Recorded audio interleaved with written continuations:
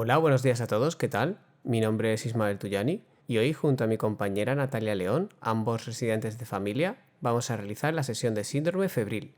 En primer lugar, veremos una introducción con el mecanismo por el cual se produce la fiebre, definiremos el síndrome febril y veremos el manejo de la fiebre sin foco, la fiebre con foco y la sepsis.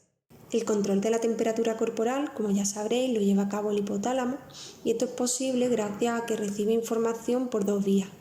Por un lado, recibe información de los receptores térmicos de nuestro organismo a través de los nervios periféricos y por otro lado, recibe información de la temperatura de la sangre que lo está irrigando. Y lo que hace es que integra toda esa información a nivel del centro termorregulador con el objetivo de conseguir mantener una temperatura corporal en condiciones normales en torno a unos 36-37,4 grados. Y para ello busca el equilibrio entre la producción de calor derivada de la actividad de músculos e hígado y la pérdida de calor que se produce a través de la piel y los pulmones. Para entender mejor el mecanismo por el que se produce la fiebre, vamos a pensar en el hipotálamo como si este fuese un termostato con una temperatura prefijada, que es lo que se conoce como punto de ajuste térmico, que en condiciones normales, como ya hemos comentado, se establece entre unos 36-37,4 grados. Entonces, lo que ocurre en la fiebre es que se produce una elevación de ese punto de ajuste hipotalámico, es decir, hay un aumento de la temperatura establecida en el termostato que pasa, por ejemplo, de 37 a 39 grados y como consecuencia, para alcanzar esa temperatura, se eleva la temperatura corporal. El mecanismo por el cual se produce la elevación de ese punto de ajuste de nuestro termostato es el que aparece recogido en este esquema, que básicamente lo que ocurre es que en el endotelio del hipotálamo tenemos receptores específicos de productos microbianos, los receptores de tipo TOL, así como receptores para citocinas pirógenas, y bien directamente las toxinas microbianas o las citocinas pirógenas que se liberan en procesos infecciosos, inflamatorios o inmunes estimulan el endotelio del hipotálamo, provocando la liberación de prostaglandina E2 y a su vez esa prostaglandina E2 va a actuar sobre receptores que existen en las células gliales y provocan una rápida liberación de AMP cíclico. Y ese AMP cíclico, directamente o bien indirectamente induciendo la liberación de otros neurotransmisores, activa a las neuronas del centro termorregulador y eleva el punto de ajuste. Una vez que el punto de ajuste se eleva, las neuronas del centro vasomotor se activan, se ponen en marcha mecanismos de conservación y de producción de calor. Básicamente se va a producir una vasoconstricción periférica, la persona comienza a sentir frío, puede aumentar la producción de calor por los músculos, aparecen los escalofríos y esa inclinación que se produce de nuestra balanza que veíamos anteriormente hacia la producción de calor se va a mantener hasta que la temperatura de la sangre que está bañando las neuronas hipotalámicas alcanza la temperatura nueva del termostato. En ese momento se vuelve a equilibrar, pero ahora con el objetivo de mantener la temperatura en esos niveles febriles. Cuando nosotros damos antipiréticos o bien disminuyen las concentraciones de pirógeno, vuelve a disminuir el punto de ajuste y se inician los procesos de pérdida de calor mediante vasodilatación, sudoración, la persona comienza a sentir calor e igualmente esa inclinación de la balanza hacia la pérdida de calor se va a mantener hasta que la temperatura de la sangre del hipotálamo se acople a la nueva temperatura del punto de ajuste. Como ya hemos dicho en varias ocasiones, la temperatura basal normal se acepta en torno a unos 36-37,4 grados, teniendo en cuenta que pueden existir variaciones según donde realicemos la medición. Normalmente a nivel rectal, por ejemplo, suele ser superior que a nivel oral y además pueden existir variaciones de hasta 0,5 grados según la hora del día en la que realicemos la medición. Suele ser máxima en torno a las 4 o 6 de la tarde y mínima a las 6 de la mañana. Se acepta generalmente hablar de febrícula cuando tenemos temperaturas comprendidas entre 37,4 y 37,8 grados y fiebre cuando tenemos temperaturas superiores a los 37,8 grados. Por otro lado, hablamos de hipertermia cuando tenemos un aumento de la temperatura corporal secundario o bien a un incremento en la producción de calor corporal o a una disminución en la eliminación del mismo sin que haya modificación o elevación del punto de ajuste térmico. Cuando nos encontramos con un paciente con fiebre, es muy importante historiarlo bien. Debemos preguntar por antecedentes personales de contacto con animales, de cara a posibles zoonosis o vectores, ingesta de alimentos en mal estado o no regulados sanitariamente, por ejemplo que pudiera ser una salmonelosis, o viaje a zonas con enfermedades endémicas. En inmigrantes, además, es conveniente preguntar por el lugar de procedencia y cuánto tiempo llevan residiendo en nuestra ciudad o en nuestro país. Preguntar además si hay convivientes o contactos con una sintomatología similar.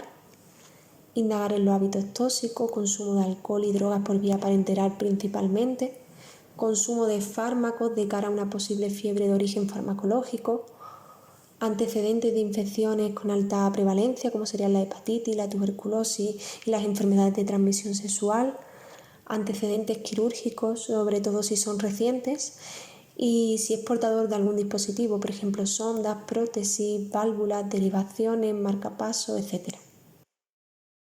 Asimismo, es importante describir bien el cuadro febril teniendo en cuenta tanto la intensidad como la periodicidad, como el tiempo de evolución de la fiebre.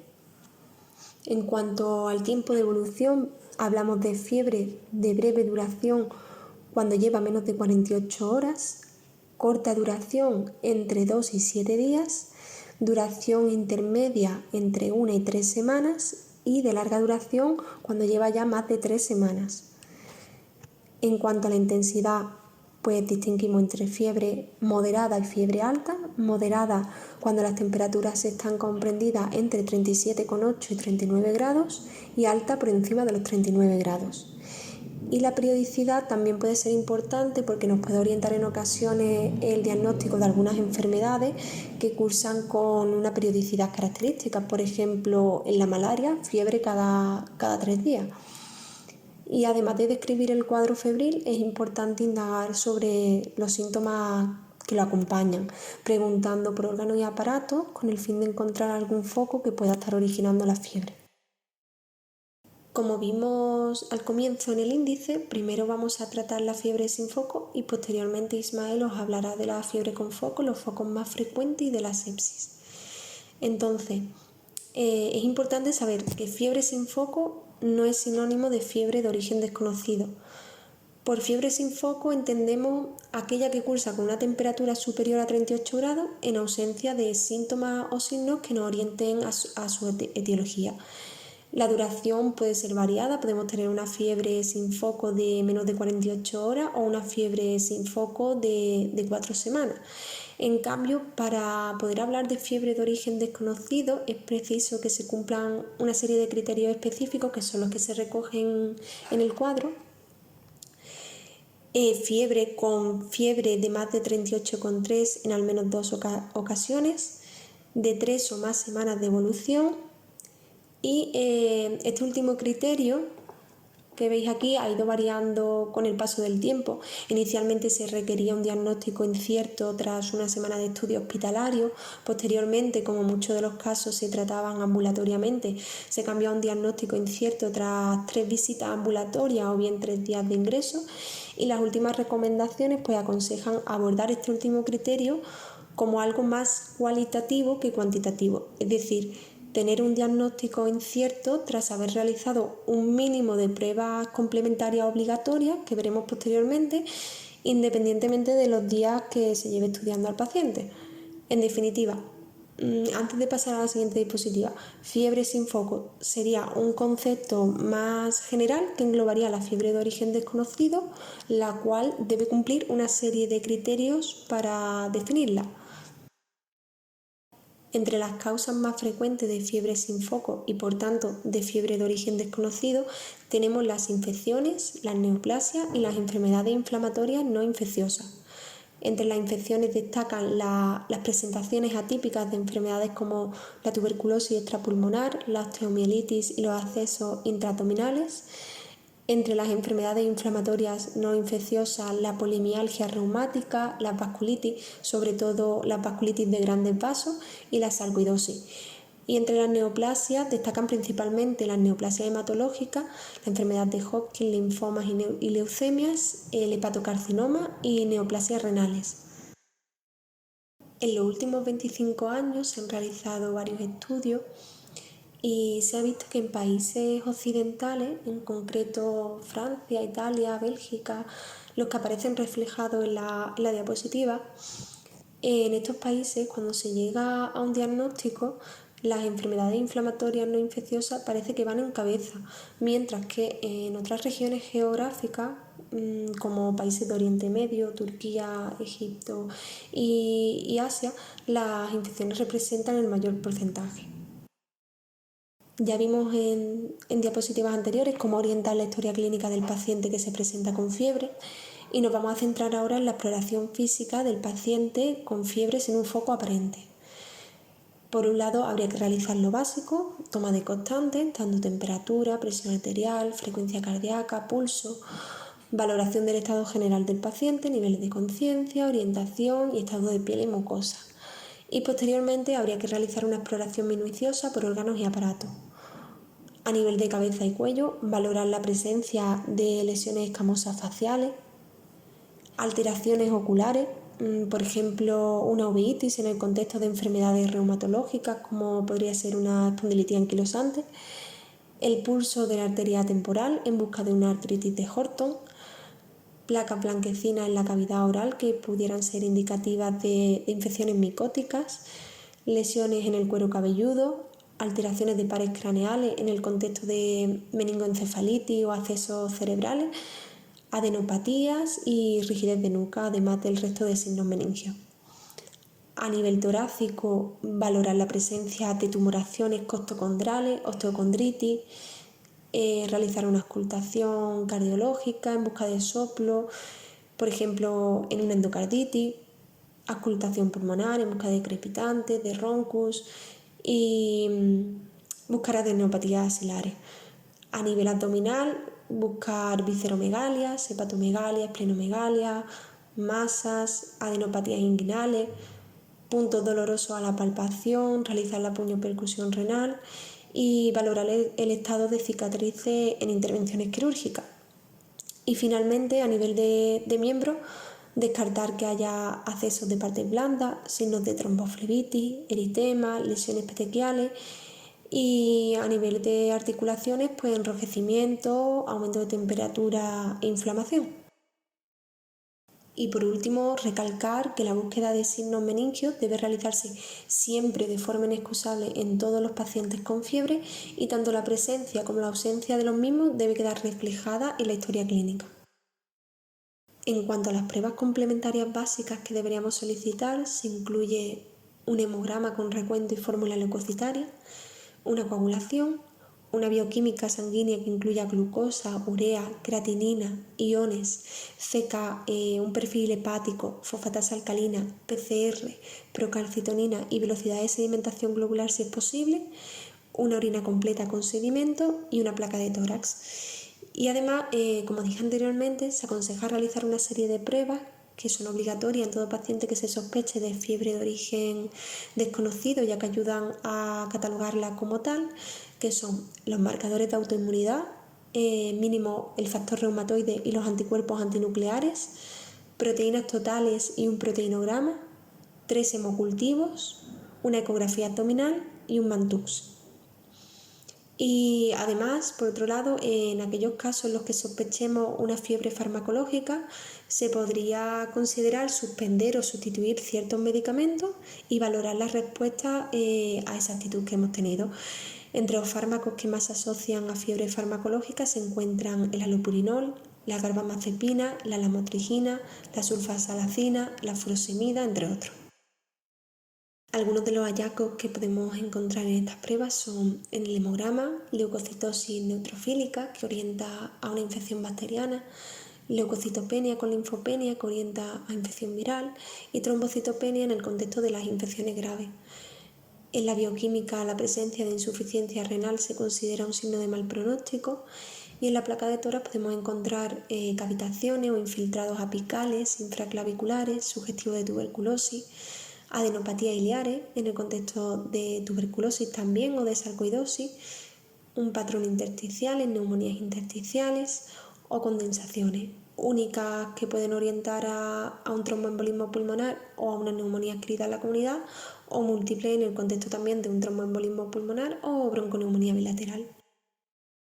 Lo siguiente que debemos hacer es valorar la presencia de criterios de gravedad, tanto criterios clínicos como criterios analíticos, y si el paciente precisa un ingreso hospitalario. Son criterios clínicos de gravedad la presencia de alteración del nivel de conciencia o desorientación temporoespacial, crisis convulsivas en pacientes no epilépticos, hipertermia resistente al tratamiento antipirético correcto, la sospecha de una infección bacteriana que no responde adecuadamente al tratamiento antibioterápico empírico y la presencia de taquipnea, hipotensión o signos de hipoperfusión periférica.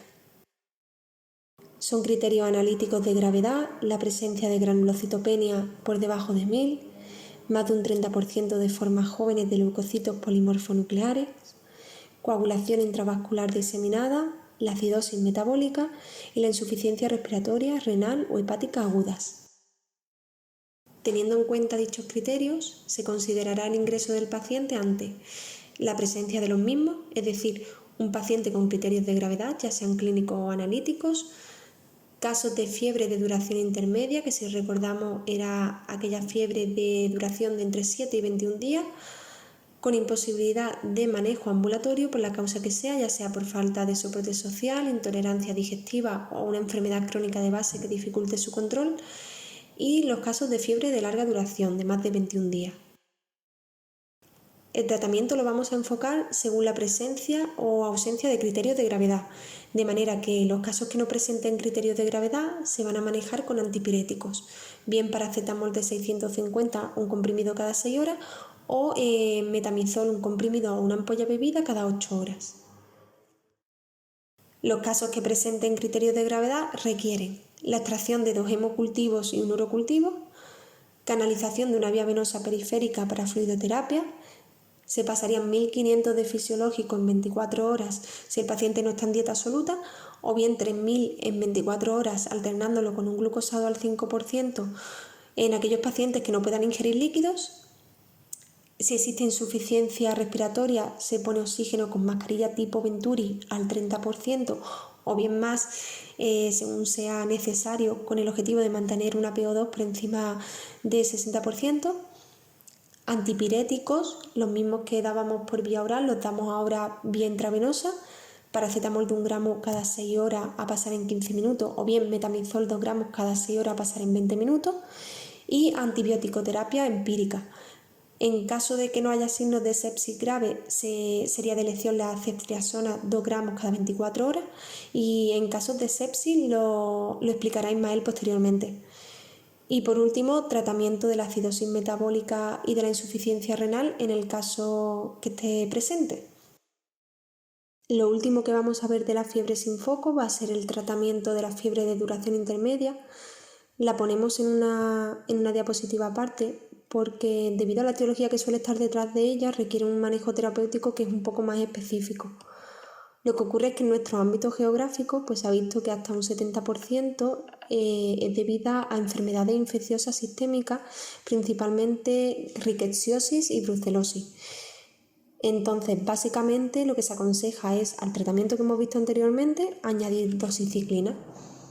En aquellos casos que no requieren ingreso, pues se manejarían con antipiréticos y doxiciclina 100 miligramos, una cápsula cada 12 horas durante unos 5 o 7 días. Y aquellos casos que requieren ingreso hospitalario, igualmente antipiréticos intravenosos y doxiciclina 100 miligramos cada 12 horas, bien vía oral o intravenoso. Y si hay criterios de gravedad, pues añadiríamos la ceftriaxona de 2 gramos cada 24 horas y el resto de medidas que hemos comentado anteriormente. La fiebre con foco es aquella en la cual, tras un estudio basado fundamentalmente en historia clínica, exploración y pruebas complementarias, puede identificarse un posible foco causal. Existen muchos focos, aunque los 4 más frecuentes son la vía respiratoria, la vía genitourinaria, el abdomen y la piel. En esta diapositiva vemos, a modo de resumen, una serie de patologías que se engloban en cada uno de estos 4 focos, aunque insisto, esto es la punta del iceberg, existen muchísimas más. Cabe destacar que algunas de estas patologías han sido ya objetos de otras sesiones clínicas o lo serán, así que aquí me voy a limitar única y exclusivamente a comentar lo más relevante de cada una de ellas. Comenzando por la pancreatitis aguda. En la pancreatitis aguda, una de las cosas que nos interesa conocer son las causas. las cuales las más frecuentes en nuestro medio son la litiasis biliar y el alcohol. En cuanto a la clínica, tendríamos, si es de causa biliar, por ejemplo por una piedra, pues el dolor aparecería de manera más brusca, irradiada característicamente a la espalda, lo que se llama encinturón. En cambio, si es de causa metabólica o alcohólica, el dolor es más insidioso, apareciendo poco a poco, e incluso tiende a desaparecer entre las 48 y 72 horas. Otros síntomas que pueden acompañar a pancreatitis aguda son las náuseas, la fiebre, el hilio paralítico o el shock. En cuanto al diagnóstico, como siempre, está basado en una correcta anamnesis, exploración y pruebas complementarias, como por ejemplo analíticas, radiografías de abdomen, eco, TAC, resonancias, etc. En cuanto a la analítica, cabe destacar que existen dos parámetros los cuales nos pueden ayudar bastante, la lipasa y la amilasa. La amilasa se suele elevar bastante rápido y suele descender también bastante rápido, siendo esta no específica de la pancreatitis aguda. En cambio, la lipasa permanece elevada durante mucho más tiempo, llegando a estar entre 8 y 14 días.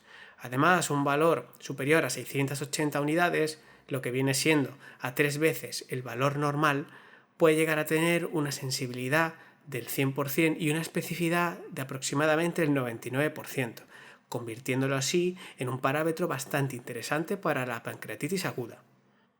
Aquí se nos muestran los criterios Ramsson, tanto en el ingreso como en las 48 horas, así como el score de BISAP. Estos nos permiten una correcta valoración del paciente con pancreatitis aguda. En cuanto al tratamiento tampoco vamos a profundizar mucho, simplemente comentar lo más importante y básico.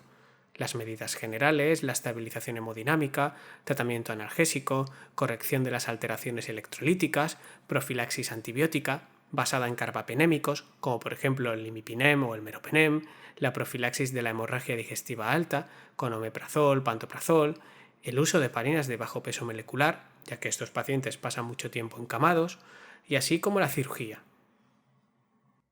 La siguiente patología al ver sería la gastroenteritis aguda, es decir, la GEA, que por lo general viene a ser un cuadro de menos de 2 semanas de duración. En esta tabla tenemos las diferentes bacterias que se van a ir clasificando entre los 4 principales mecanismos que producen la gastroenteritis, ya sean las neurotoxinas, enterotoxinas, citotoxinas o su invasividad a la mucosa. En cuanto a la clínica, tendríamos dolor, principalmente periumbilical o epigástrico, vómitos, diarrea y fiebre. Y en cuanto al diagnóstico, como siempre, importantísimo la historia clínica, la exploración física e incluso podrían utilizarse algunas pruebas, como por ejemplo una analítica, radiografía de abdomen o incluso, en casos en los que no estuviéramos muy seguros, pues una eco abdominal. En cuanto a tratamiento, nuevamente, sin entrar mucho en detalles, la hidratación, corrección electrolítica, antieméticos, antidiarréticos, antibióticos como por ejemplo el ciprofloxacino, trimetoprim, sulfametazol, rifaximina, analgésicos, antiepiréticos o incluso probióticos. La siguiente patología sería la colecistitis. En esta tabla vemos los 3 tipos básicos de colecistitis, las cuales la más frecuente sería la litiásica, que es más frecuente en mujeres, cuyo agente causal es el E. coli y que tiene una clínica característica basada en dolor en el hipocondrio derecho, irradiado hacia atrás, con náuseas, vómitos y fiebres. En cuanto a tratamiento, habría que valorar entre un tratamiento conservador o quirúrgico. Luego tendríamos la litiásica, en segundo lugar, con un 10%, que el cual suele darse en pacientes que están bastante malos, pacientes críticos, politraumatizados, grandes quemados, y que generalmente suele tener como agentes causales el E. coli, la Klebsiella o incluso estreptococos del grupo D, así como estafilococos o Clostridium perfringens. Aunque en esta última vamos a ver que hay un tipo más específico que sería la enfisematosa, el cual veremos a continuación. En cuanto a tratamiento, tendríamos un soporte médico intensivo con la posibilidad de añadir a posteriori una colecistectomía percutánea o incluso también una cirugía urgente. Por último, tendríamos la colecistitis enfisematosa, la cual es la menos frecuente y suele darse en varones diabéticos, suelen tener enfermedad vascular periférica e incluso suelen ser evoluciones de las anteriormente comentadas. El agente causal es el Clostridium perfringens y que característicamente suele haber una presencia de gas en la luz y en la pared de la vesícula y que suele evolucionar de manera bastante tórpida si no se actúa de inmediato. Por lo tanto, estos suelen tener indicado una cirugía inmediata. Ahora dejamos la esfera digestiva para continuar con la vía aérea. La primera patología que vamos a ver es la faringoamigdalitis aguda, de las cuales las causas más frecuentes, por excelencia, son los virus. Hay otras bacterias, como por ejemplo el estreptococo beta hemolítico del grupo A, alias Streptococcus pyogenes, que sería de las bacterias la más frecuente, u otras como por ejemplo el Mycoplasma pneumoniae, aunque insisto, lo más frecuente son los virus. En cuanto a la clínica, tendríamos odinofagia, tos, faringe edematosa, fiebre, placas pustulosas, rinitis, conjuntivitis. Hay que aclarar que en la mayoría de los casos en los que se ve placas, probablemente sea de origen bacteriano, aunque no hay que olvidar que en ocasiones los virus también pueden dar placas. Un ejemplo de ello podría ser, por ejemplo, en el caso de la mononucleosis, en las cuales vamos a ver unas amígdalas bastante blanquecinas. Incluso recordar que característicamente con beta-lactámicos puede producirse un rash.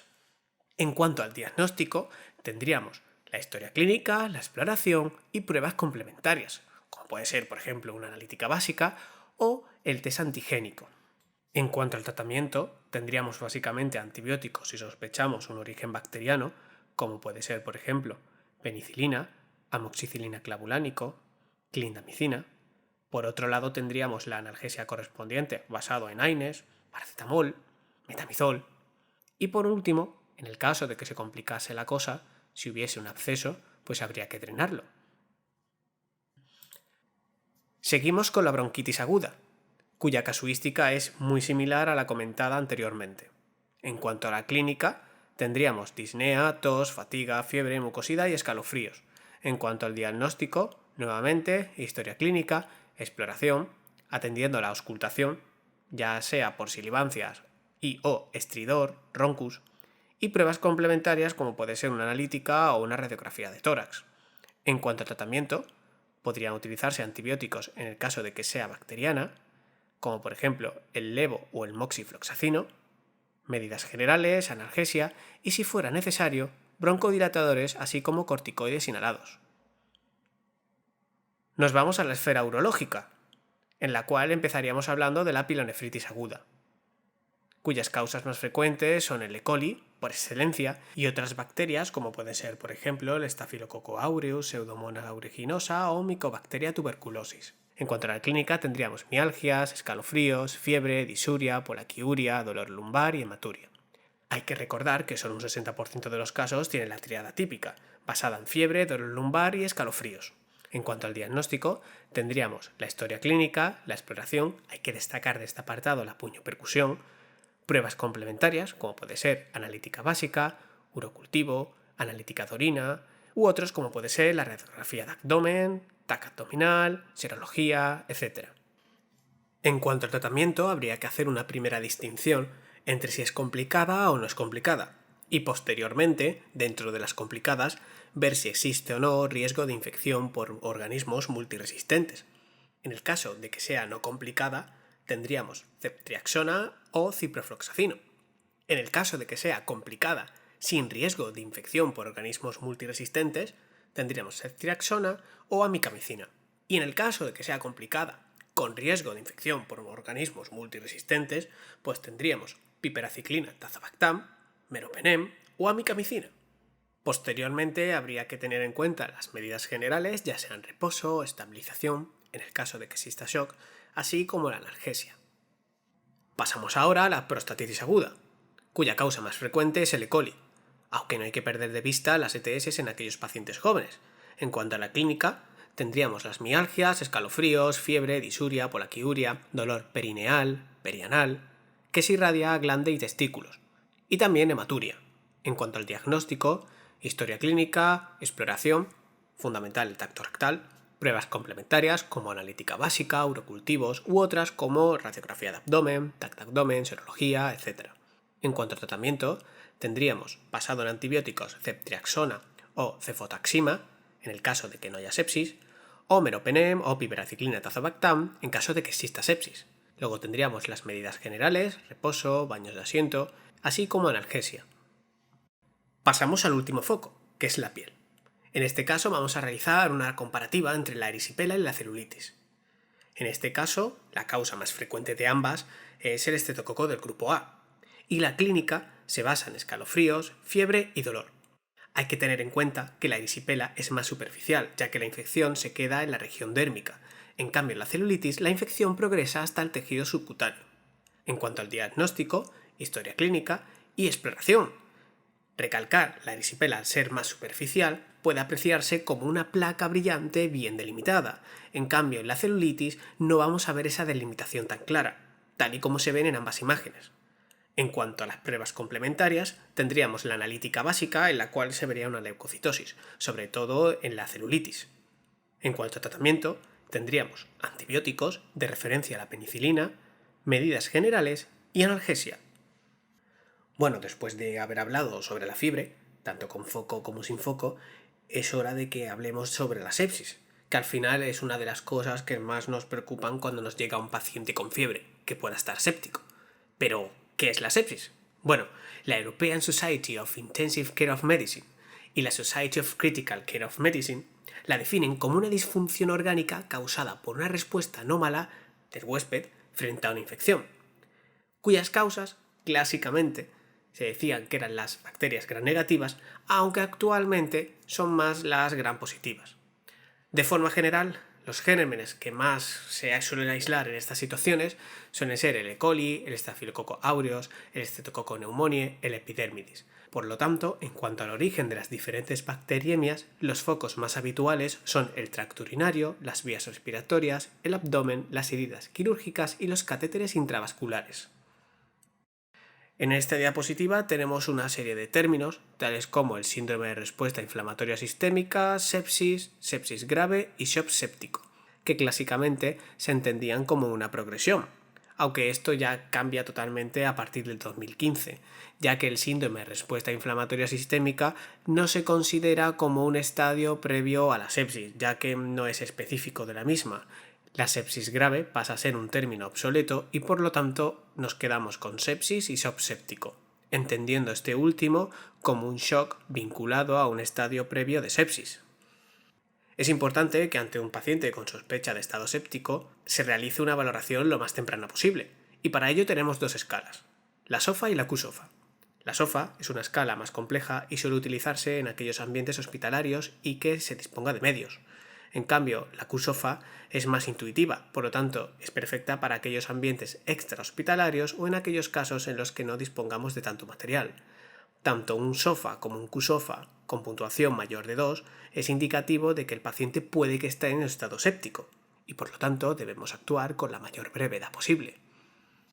En esta diapositiva se muestra la escala SOFA, la cual consiste en una serie de esferas, tales como respiración, coagulación, hígado, cardiovascular, sistema nervioso central y renal, basado en 5 puntuaciones, de 0 a 4, ambos inclusives.